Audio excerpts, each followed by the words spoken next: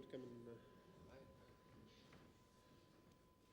Good afternoon. Could I say how delighted I am to be able to welcome US Defense Secretary Donald Rumsfeld to the Ministry of Defense today. We've discussed a wide range of issues of mutual interest.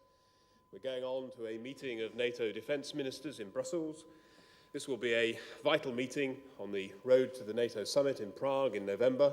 These are two sovereign nations. They have histories and have experience, and to the extent they're going to make judgments about what is in their best interest. And it seems to me that there are a great many countries in this world who recognize that conflict between those two countries is not in their best interest, and certainly not in the best interests of the world. We have, what has it been, 57 years since nuclear weapons have been fired in anger, and that's an impressive accomplishment on the part of humanity, I would say.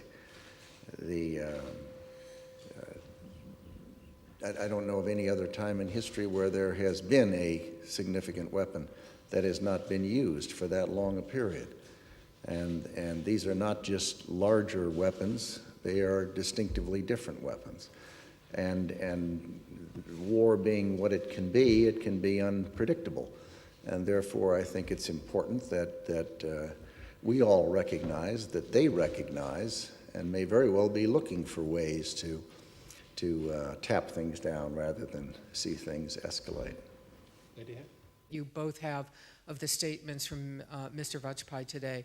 It's certainly encouraging. It's a sign that the Indians are looking for, if you like, the first step back from the brink, which is certainly something that we will encourage. We want to look in more detail at precisely what are the conditions and whether they can be sensibly satisfied. You agree with that statement that the threat from Iraq is in fact increasing?